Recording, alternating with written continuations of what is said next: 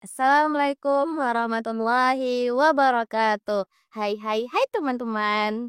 Selamat datang di Posling Podcast Lingkungan, tempat kita cerita seru, cerita santai, tetapi tetap peduli dengan lingkungan. Hai teman-teman, perkenalkan nama saya Wina Yuliana Sari dan rekan saya. Najibah Tahara di sini. Kali ini kita akan membahas topik yang antara penting dan bikin bingung juga sih Kak Mimi. Yaps, judulnya aja nih udah berat. Pencemaran atau pembangunan dilema industri modern yang bertemakan dampak perkebunan kelapa sawit terhadap ekosistem di lingkungan di Riau. Di sisi lain, industri berfungsi sebagai lapangan kerja dan ekonomi. Tapi di sisi lainnya lagi, limbahnya, polusinya, dampaknya bagi kesehatan dan lingkungan. Nah Kak Mimi, kita kayaknya sering dihadapi dua pilihan nih. Nah, bener banget nih Kak Winda. Kali ini bakal kita kulik barang apakah ada pembangunan yang ramah lingkungan atau memang ini harga yang harus dibayar. Nah, teman-teman, kita bahasnya akan tetap santai kok. Ada cerita nyata, data menarik, plus solusi seru yang belum banyak orang tahu. Jadi, yuk kita mulai obrolan ini di Posling Podcast Lingkungan. Nah, Kak Mimi, kayaknya kita nggak akan bahas ini berdua aja sih. Bener banget nih Kak Winda, kita kedatangan narasumber hebat kita, Bapak Yogi Septian Malik. Bapak Yogi Septian Malik ini dosen teknik lingkungan sekaligus kaprodi teknik lingkungan di Institut Kesehatan dan Teknologi Al-Insyirah. Mari kita sama-sama sambut narasumber kita pada pagi hari ini. Kepada Bapak, kami persilakan. Assalamualaikum warahmatullahi wabarakatuh. Waalaikumsalam warahmatullahi wabarakatuh. Ya, selamat siang atau selamat pagi, masih pagi nih ya. Pagi Pak. Buat Kak Mimi dan Kak Winda dan kru-kru di belakang layar yang mengadakan podcast lingkungan hingga berjalan sekarang. Mungkin ini batu loncatan lah ya untuk Iya, kita menyebarkan bagaimana rasa kepedulian lingkungan dan ilmu-ilmu tentang bagaimana untuk merawat lingkungan kita ya. Iya Pak. Nah, sekarang kita bersama narasumber hebat kita, yaitu Bapak Yogi Septian Malik STMSI, akan sharing-sharing bagaimana sih dampak perkebunan kelapa sawit terhadap ekosistem lingkungan di Riau.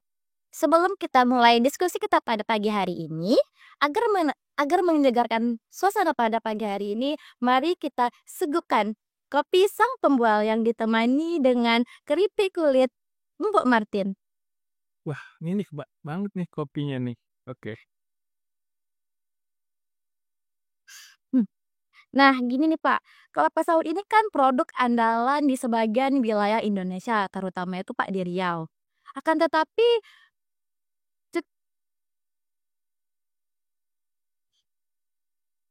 kelapa sawit ini juga di Indonesia dalam perekonomian cukup tinggi.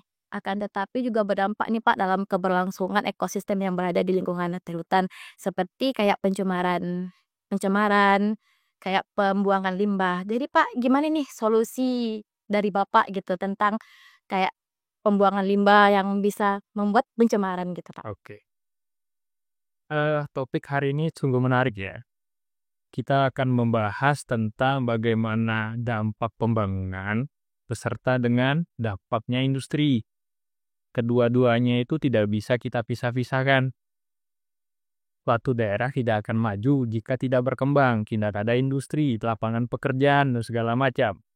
Khususnya di Riau, kita tahu bahwasannya industri di Riau itu ada dua. Yang paling besar, industri minyak kelapa sawit dan minyak buminya juga. Oke. Nah, pembangunan dan industri itu dua hal yang tidak terpisahkan. Orang butuh lapangan pekerjaan. Sedangkan dampaknya adalah dari apapun usaha manusia pasti punya dampak. Pasti punya residu, pasti punya sampah atau limbah. Nah, kalian kan anak teknik lingkungan nih. Ya Pak. Sebelum kita membangun industri, biasanya kita ngapain? Analisis. Nah, ini benar. Kita menganalisis dampaknya.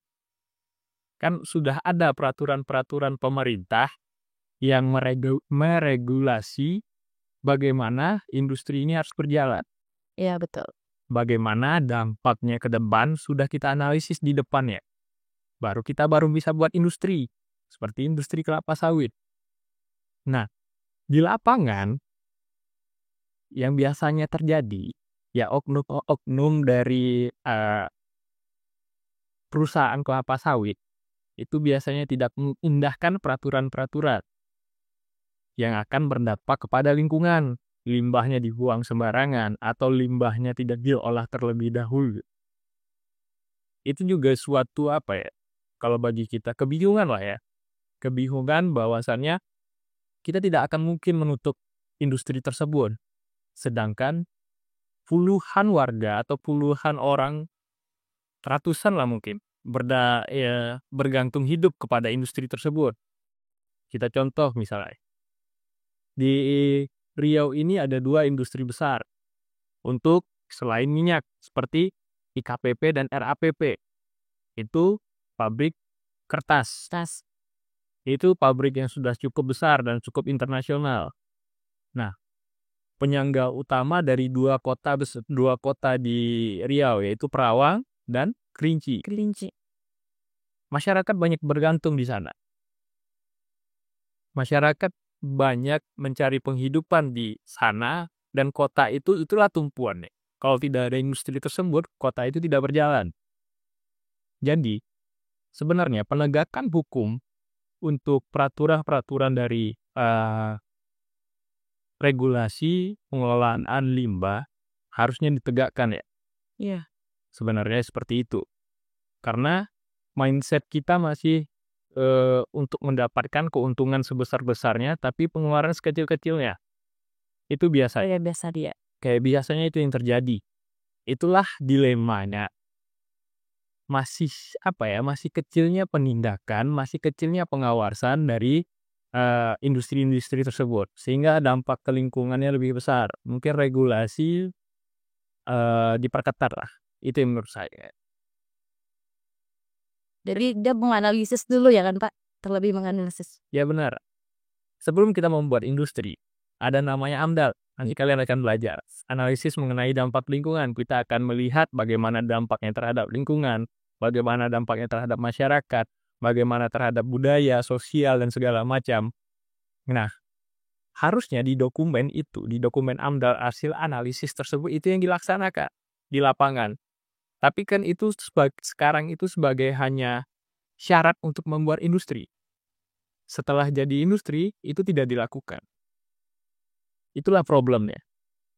Kita tahu bahwasannya penegakan hukum kita masih lemah terhadap itu. Dan juga mungkin ya ada hal-hal yang tidak bisa kita bicarakan di sini. Betul. Saya minum kopi dulu ya. Oke Pak.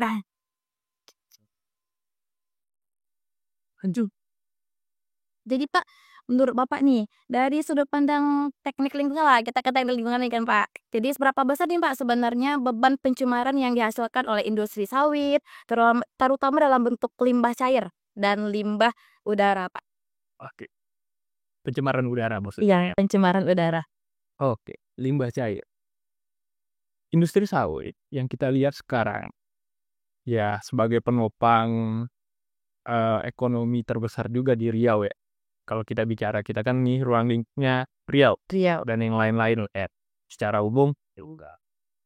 Limbah cair yang harusnya biasanya dibuang ke lingkungan, itu sebenarnya wajib diolah ya, wajib diolah. Dampaknya itu banyak kalau kita buang ke lingkungan. Kalian tahu, limbah sawit menghasilkan banyak sekali zat-zat kimia yang tidak baik. Kalau dibuang di badan air atau sungai, itu akan mencemari lingkungan. Tanaman, hewan-hewan yang ada di sungai, apa yang terjadi? Ekosistem lah ya. Ekosistemnya bakal rusak. Semuanya bakal berubah di dalam hal itu gitu kan. Bukan hanya ekosistem yang ada di sungai, tetapi juga di masyarakat sekitar yang biasanya bertumpu pada sungai dan lain halnya. Sekarang ekosistemnya rusak, gimana mata pencarian mereka? Itu dia. Berarti itu Pak, kurang kesadaran masyarakatnya lagi ya kan Pak? Ya, kesadaran dari masyarakat. Sebenarnya kalau kita bilang kesadaran masyarakat kurang, itu bisa dibilang kecil ya. Tapi yang lebih penting itu pendidikannya. bagaimana masyarakat lebih tahu untuk menjaga lingkungan atau memelihara lingkungannya karena mereka memerlukannya. Kadang kita akan mengeruk lingkungan untuk keuntungan kita sendiri, tapi kita tidak tahu dampaknya seperti apa ke depannya. Biasanya itu egoisme dari Masyarakatnya. oknum-oknum masyarakat nih, tidak semuanya seperti itu, tapi dampaknya nanti akan terakibatkan ke semua masyarakat yang dapat keuntungan 1 atau 2 orang.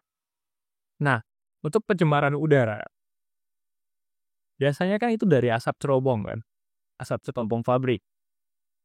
Kita lihat nggak, kita nggak pernah sih selama saya tinggal di Riau, mungkin hawa terpanasnya itu baru saya rasakan tahun-tahun ini ya, tahun-tahun belakangan ini waktu saya masih kecil-kecil itu nggak sepanas ini gitu. Itulah, kalian tahulah perubahan iklim. Bukan hanya di Riau, tapi itu kan masalah global ya. Iya. Itulah yang sering dibicarakan di forum-forum global, bahwasannya sekarang iklim di dunia ini semakin panas. Penyumbangnya mungkin adalah salah satu mungkin Riau. Kira-kira. Hutan dibabat, tidak ada lagi untuk penyangga karbon, terus digantikan dengan asap pabrik. Ini kita siang panas, malam pun masih panas. Hujan tidak nentu kapan, kita merasakannya sekarang. Kita mengeluh.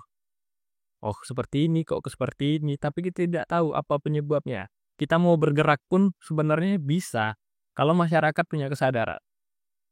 Sebenarnya kalau kita ingin menggerakkan diri,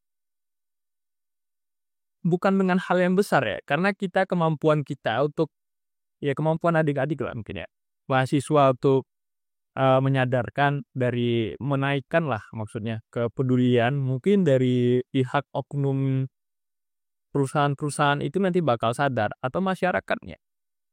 Karena kita sadar akan kemampuan kita masing-masing, kita tidak bisa merubah regulasi, tidak punya kekuatan untuk ke atas, tapi kita masih bisa bersuara, berpendapat, menyampaikan pendapat. Sekarang sudah banyak yang namanya media sosial, baik itu Instagram, TikTok, dan lain-lain. Mungkin dari situlah pergerakan awal kita untuk menyadarkan masyarakat, pemerintah, dan lain-lainnya tentang pentingnya menjaga lingkungan. Nah Pak, menurut Bapak, apakah teknologi pengolahan limbah dari pabrik kelapa sawit saat ini sudah cukup aman untuk lingkungan? Atau sebenarnya hanya memenuhi syarat minimum saja Pak? Pertanyaan yang menarik.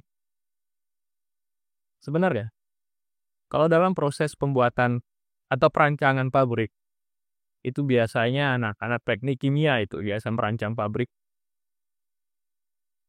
Kita tuh dari awal itu sudah dirancang dengan pasti. Pengolahannya itu sesuai dengan standar. Nah, setiap pabrik pasti mengolah limbah dengan rancangan awalnya itu blueprintnya. Itu pengolahan dari buangannya itu sesuai dengan standar. Tapi kenyataannya setelah di perancangan dilihat oleh, oh seperti ini, rupanya ada tempat pengolahan limbahnya, disetujui oleh pemerintah, misal DLHK. Nah, setelah itu, dibuatlah pabriknya. Tapi kan kebanyakan gini, pengolahan limbah itu kan memerlukan waktu, memerlukan biaya. Wah, secara logika yang paling kecilnya lah, tempat pengolahan limbah memerlukan ya namanya energi juga, listrik segala macam itu memerlukan biaya. Kadang perusahaan-perusahaan pabrik tersebut ya untuk penghemat biaya, dia biasanya membuangnya langsung, tidak langsung mengolahnya ke limbah. Tempatnya ada dan sesuai sebenarnya semua ya kalau ingin dijalankan. Tapi untuk mendapatkan keuntungan yang lebih besar, pabrik-pabrik tidak melakukan itu. Dia akan melakukannya ketika lagi diawasi atau datangnya pengawasan, seperti itu biasanya. Berarti Pak, limbah ini tidak bisa langsung dibuang kan Pak? Berarti harus ada perancangan untuk pengolahannya terlebih dahulu. Iya. Pasti. Gitu pasti. Nah Pak, ini kayak gini. Jadi kita ini bicara soal daur air nih Pak. atau limbah airnya gitu kan, keseimbangan air tanah. Bagaimana Pak sawit yang mengonsumsi air hingga 10.000 liter nih Pak per hektarnya per hari, berdampak nggak pada kesediaan air di sekitarnya Pak? Oke. Salah satu tumbuhan atau pohon yang banyak memerlukan air itu adalah kelapa sawit ya, kelapa sawit. Nah, kalau kita lihat kebanyakan rawa-rawa yang dijadikan perkebunan kelapa sawit lama-lama kering. Air yang ada di sumbernya itu tidak ada lagi.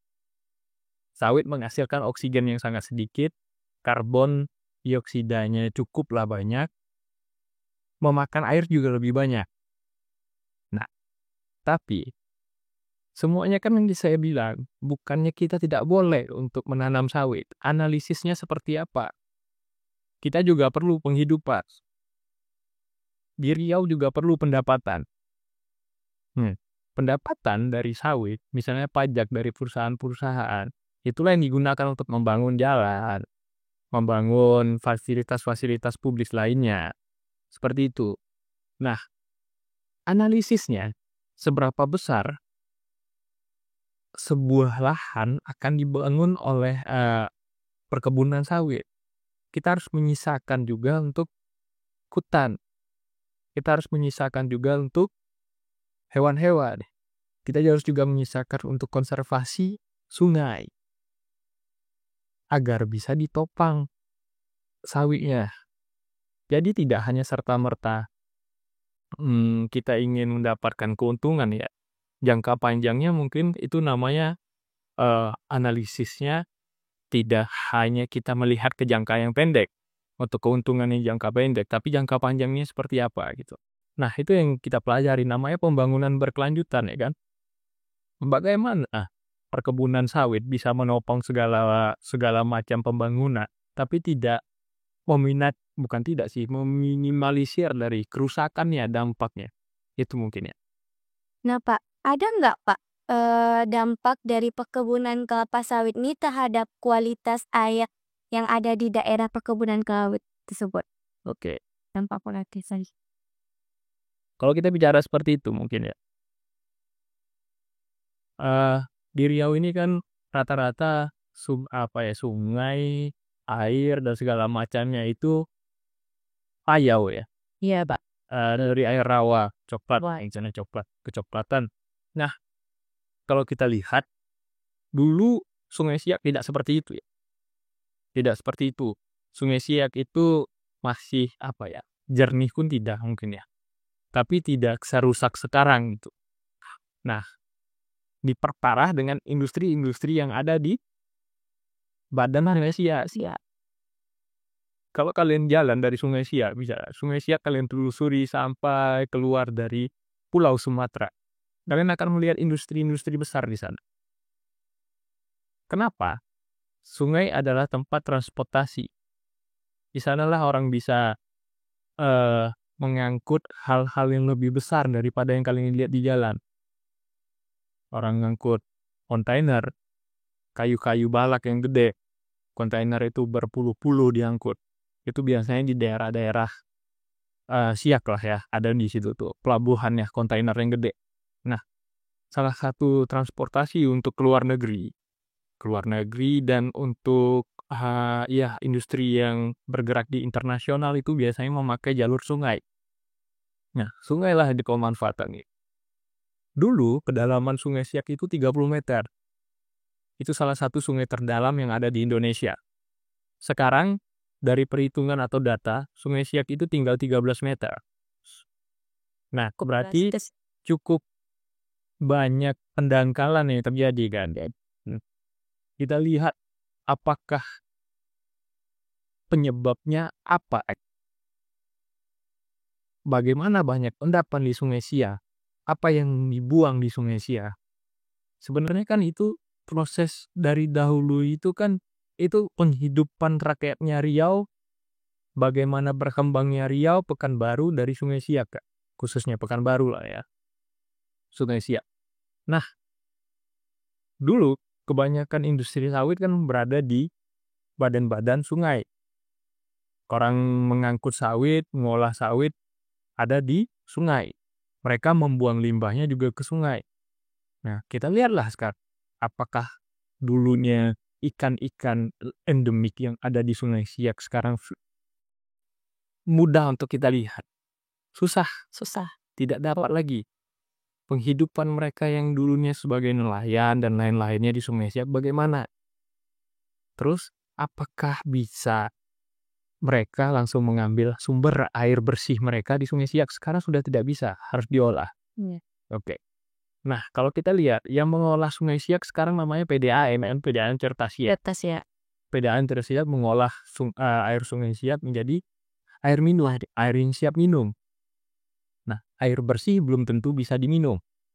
Air minum sudah tentu bersih. Bisa bersih. Nah, jadi sebenarnya regulasi segala macam kalau untuk sekarang itu yang harus diperketat pengawasan. Kita tidak bisa meninggalkan keuntungan-keuntungan materi untuk beberapa pihak, tapi mengorbankan masyarakat sekitar. Tapi kadang juga masyarakat sekitar tidak bisa berargumen atau berpendapat. Karena ya itu dia. Kadang ada keterikatan emosional, moral dan segala macam ya. Mereka hidup di pabrik tersebut, keluarga mereka bekerja di sana. Dan kalau mereka bersuara, mereka juga yang kena. Dan yang dihadapin mereka juga oknum-oknum yang mempunyai kuasa. Ya, itu namanya kerja yang terikat itu ya kan Pak. Nah, berarti Pak, terhadap kualitas yang kita ketahui, kualitas air di Riau ini kan emang kurang bagus ya Pak, terutama di Sungai Siak. Nah, kita harus melakukan pengolahan terlebih dahulu nih ya kan Pak. Nah, berarti itu ada hubungannya terhadap perkebunan kelapa sawit nih Pak. Berarti ada berdampak gitu. Salah satu dampak lah, faktor-faktor indikatornya salah satunya itu. Tapi banyak dampak yang lain, banyak indikator lain untuk pengolahan air ya. Membahas tentang perkebunan hutan gitu Pak. Jadi Pak, suatu seseorang lah Pak ingin membuat lahan sawit, kelapa sawit ini Pak. Jadi dia harus mencari lahan. Lahan itu kan hutan kan Pak. Jadi Pak membuat lahan kelapa sawit itu berarti dia harus membakar Pak. Kayak mana? Ya kan Pak, harus membakar lahan gitu kan baru bisa menjadi lahan lahan kelapa sawitnya. Itu kurang tepat ya. Bukan harus membakar. Kalau harus membakar berarti semua harus dibakar. Ya, sebenarnya kalau kalian misalnya saya logikakan lah, kalian pergi ke suatu lahan, ada hutannya, ada pohon-pohonannya, kalian harus nyewa bulldozer, kalian harus nyewa pekerjanya, operatornya, kalian harus nyewa segala macam yang memerlukan uang yang lebih banyak. Sedangkan kalau cuma membakar, kalian cuma perlu api. Apakah memerlukan banyak biaya ketika membakar? Tidak kan? Tidak. Nah itu seharusnya tidak boleh dibakar. Tapi Pak, sebagian orang pasti menggunakan hal-hal seperti itu ya kan Pak. banyak Sebenarnya itu dari yang saya bilang itu bahwasannya mereka ingin menghemat biaya. Betul. Biaya yang dihemat tapi kerusakan yang ditimbulkan lebih besar. Nah, seharusnya tidak seperti itu. Untuk beberapa tahun belakang mungkin kita tidak melihat kabut asap ya di Riau. Tapi beberapa tahun sebelumnya itu kabut asap itu cukup tinggi. Itu bisa sampai ke Malaysia atau Singapura, sampai ke negara tetangga ya. Itu kan akibat dari orang yang membakar lahan. Nah, dampaknya itu sampai seluas itu. Jadi, harus itu tidak. Itu malah kita harus membilangnya tidak boleh ya. Tidak boleh dibakar. Tapi kita tetap harus memakai cara-cara yang sesuai dengan kaidah-kaidahnya untuk menjaga lingkungan. Sebenarnya, membabat lahan itu juga tidak bagus ya. Iya, jadi pencemaran jadi ya kan Pak, pencemaran udara. Membabat lahan dan segala macam. Tapi pembangunan itu dilaksanakan untuk kemakmuran manusia. Kita juga memikirkan, tidak mungkin kita membiarkan alam, tidak kita manfaatkan, karena kita memanfaatkannya untuk kemakmuran kita juga. Kita membabat lahan, membuatnya menjadi perkebunan, membuatnya menjadi sesuatu mungkin seperti pabrik, membangun sekolah, membangun segala macam. Ya itu kan untuk kemanfaatan kita juga, untuk kemaslahatannya kita juga kan. Nah, sebagai itu ada cara-caranya juga. Bagaimana? Itu saya bilang dari awal, analisisnya. Berapa keburukannya, berapa kebaikannya. Kita ambil jalan tengahnya. Positif dan negatifnya Iya. berarti ya, Pak. Pasti ada buruk, pasti ada negatif, pasti ada baik. Nah, jalan tengahnya kita ambil yang buruknya lebih sedikit, baiknya lebih banyak. Itu dia. Nah, kadang orang kan banyak ini ya Pak, kayak nggak mau mendengar gitu kan Pak, maunya hemat biaya aja nih kira-kira. Nah, kayak mana sih kita memberitahunya Pak, agar mereka mau gitu, ngikut kalau itu tuh tidak baik gitu, bagi lingkungan. Sebenarnya sih cara kita itu adalah mendidik ya, mengajari. Paling kalau untuk masyarakat paling bisa kita mensosialisasikan. Bahasa mudahnya itu ya memberikan pemahaman, memberikan pengertian. Kita tidak bisa merubah orang ya, tapi itu yang bisa usaha kita lakukan. Nah, kalau misalnya pertanyaannya seperti ini, mungkin kalau misalnya nanti kalian membuat podcast ini dan sudah ada di YouTube kan tayangnya kan? Iya. Oke, di YouTube dan ada komen. Misalnya seperti, siapa yang bisa jamin kalau kita sudah melaksanakan sosialisasi itu akan terjadi perubahan? Saya nggak bisa jamin. Kenapa? Karena itu yang bisa kita lakukan cuma usaha. Nah, sama seperti kalian kuliah. Kalian berkuliah, nih saya logika Kak. Siapa yang bisa menjamin kalian kuliah setelah tamat kuliah kalian sukses? Nggak ada. Nggak ada. Siapa yang bisa menjamin kalian tiba-tiba masuk kuliah, masuk ke dalam ruang kelas, kalian ngerti, paham dengan apa yang diajarkan? Tidak ada. Yang penting usaha dulu, belajarnya dulu. Tidak ada yang bisa jamin. Siapa yang bisa jamin saya masuk ke ruang kelas, saya ngajarin kalian, kalian paham semua apa yang saya berikan? Tidak kan? Tapi saya tetap masuk ke ruang kelas, saya ajarin kalian dengan harapan kalian bisa paham. Kita cuma bisa berharap apa yang kita usahakan itu membuahkan hasil. Yang penting usahanya. Sosialisasikan dulu. Kita berikan apa kebaikannya, apa keburukannya, sebab akibatnya bagaimana. Ya kan? Nah, mungkin nanti kalau mereka memakai pemahaman mereka paham, mereka akan mengerti. Mungkin itu. Jadi Pak, ini ada nih Pak, ada nggak pesan apa yang ingin Bapak sampaikan kepada mahasiswa teknik lingkungan Pak, khususnya sama kami nih Pak? Atau generasi muda yang ingin terlibat aktif dalam pengawasan dan advokasi lingkungan Pak? Oke. Sebenarnya sih untuk mahasiswa teknik lingkungan, kita kan tidak hanya fokusnya di lingkungan ya. Banyak sih maksudnya. Bisa kalian fokus di segala macam hal untuk mahasiswa teknik ya. Yang pertama itu kalian harus memperdalam dulu ya ilmunya. Karena di lapangan itu kalian akan menemukan berbagai macam karakter manusia, karakter orang. Kalian harus paham bener-bener banget gitu tentang ilmu teknik lingkungan. Nanti jadi kalau di lapangan kalian akan menjelaskannya dengan banyak hal, dengan banyak logika. Orang jadi ngerti, orang jadi paham. Itu satu. Yang kedua, ilmu itu nggak bisa masuk atau pemahaman itu nggak bisa masuk kalau kita melalui melalui kekerasan. Kita tidak bisa berteriak-teriak, kalian harus jaga lingkungan. Ini. Karena api itu tidak akan bisa masuk ke dalam sesuatu yang lembut gitu. Dengan kekerasan. Jadi kita menyampaikannya dengan baik, dengan sopan, dengan santun. Ya, sesuatu yang baik itu akan menurut saya ke sesuatu yang baik itu akan diterima oleh hati. Nah, jadi sampaikan dengan baik, santun dan dan sesuai dengan kalian mahasiswa lah kan. Dengan ilmu yang sesuai dengan apa yang kalian pahami. Jangan mengada-ngada. Tuh. Sosialisasi di teknik lingkungan, kalian perkuat lagi fondasi kalian tentang ilmunya. Dan bagaimana kalian berinteraksi dengan masyarakat. Salah satunya mungkin public speaking. Public speaking itu salah satu cara paling mudah untuk menarik perhatian Iya, berarti. orang lain gitu kan. Bagaimana kalian menyampaikan tapi dengan cara menarik. Orang pasti akan mendengarkan apapun yang kalian sampaikan. Nah, itu mungkin. Lanjut ke industri tadi ya Pak. Menurut Bapak bagaimana sih Pak seharusnya model industri sawit yang berkelanjutan tuh dirancang dari sisi teknik lingkungannya Pak, pembangunannya Oke. yang baiknya gitu Pak. Sebenarnya kan lahan yang sudah disediakan itu ada.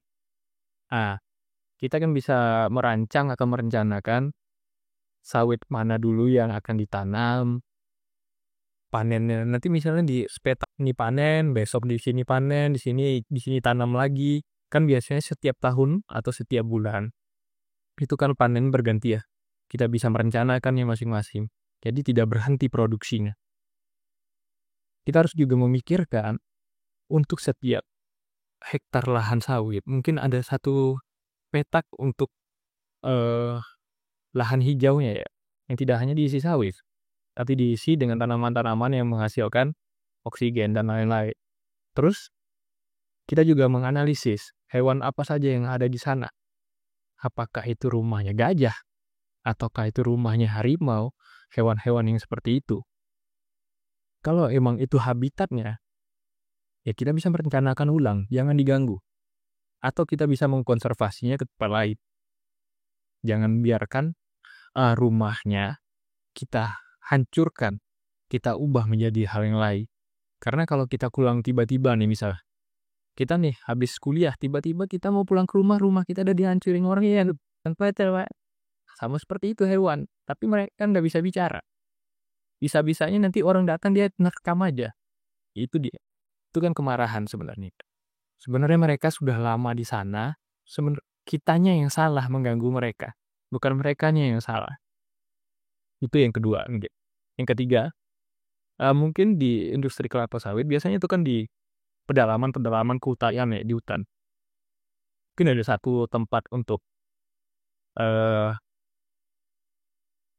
karyawan dan segala macamnya ya, staff dan segala macam, ke tempat satu kawasan ya di apa namanya, di industrinya lah, di tempat pengolahannya, di pabriknya dan segala macamnya, kita berikan satu lahan. Itu satu petak lahan ya itu aktivitas manusianya saja. Jangan sampai menyebar ke tempat-tempat lain itu.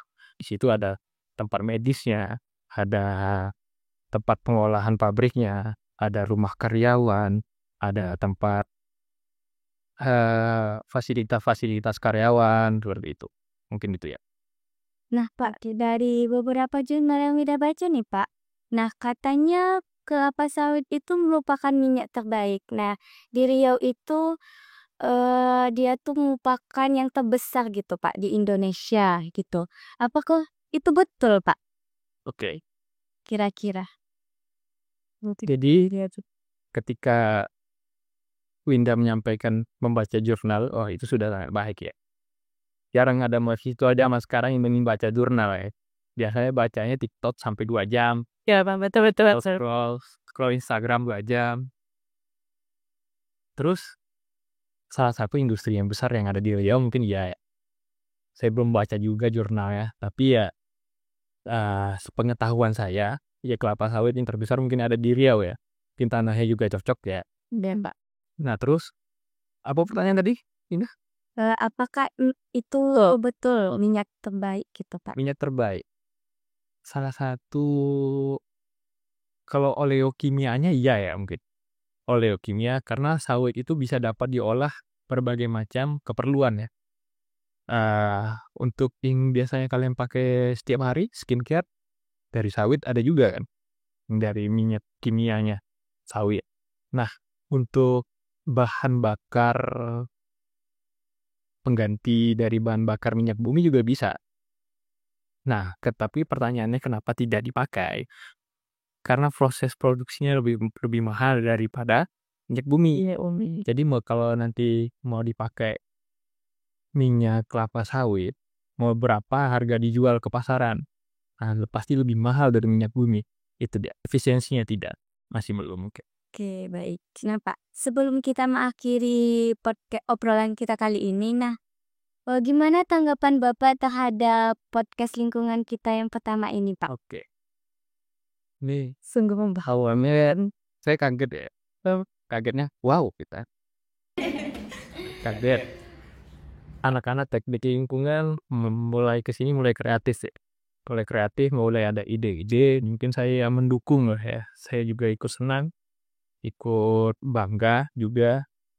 Ada gebrakan-gebrakan baru dari anak-anak teknik lingkungan IKTA atau Institut Kesehatan dan Teknologi Alisiro ini.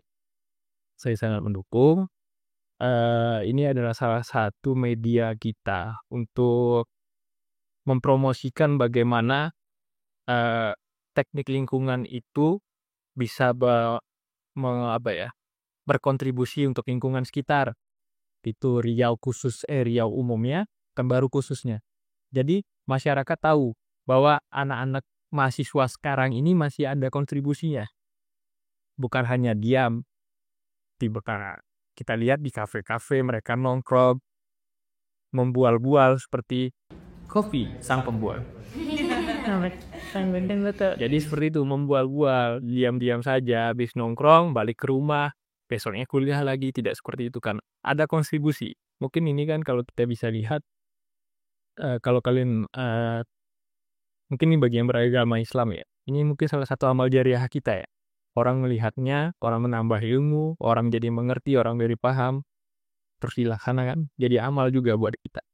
Nah, untuk sekarang mungkin saya sangat mendukung, saya sarankan sih untuk mungkin kemungkinan berikutnya diadakan lagi untuk posling.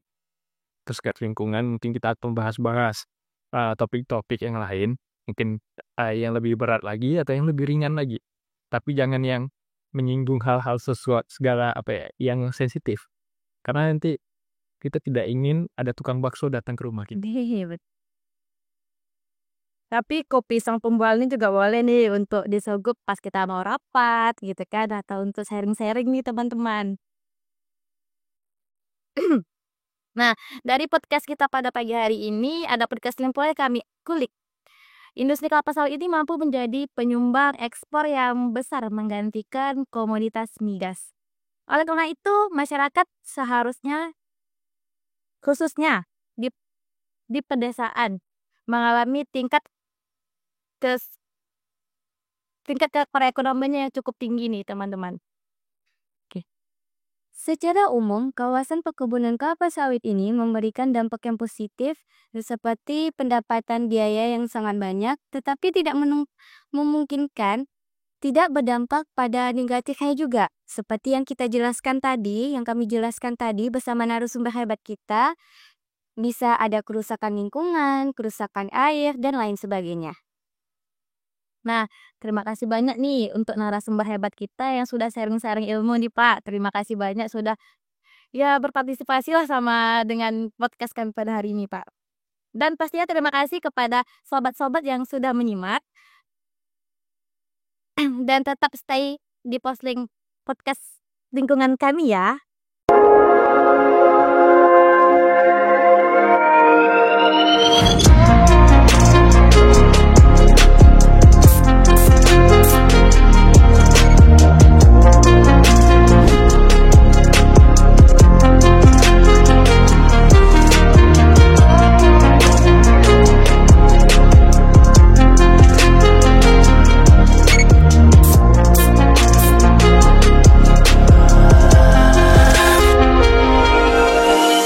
Terakhir ya, terima kasih buat anak-anak teknik lingkungan khususnya kalian berdua ya, yang udah ke layar semuanya. Mungkin untuk sekarang ini masih awal dari podcast teknik lingkungan ya. Mungkin ke depannya bisa kita adakan lagi. Ini podcast ini update-nya berapa? Sebulan sekali? Iya Pak, insya Allah. Saya harapkan ya sebulan sekali ya. Ada podcast, oke. Mungkin silakan ditutup. Nah, terima kasih banyak nih Pak untuk narasumber hebat kita yang sudah sharing-sharing ilmu. Dan terima kasih juga buat sobat-sobat yang sudah menyimak. Demikian acara podcast kami pada hari ini. Lebih dan kurangnya kami mohon maaf. Wabillahi taufiq wal hidayah. Wassalamualaikum warahmatullahi wabarakatuh.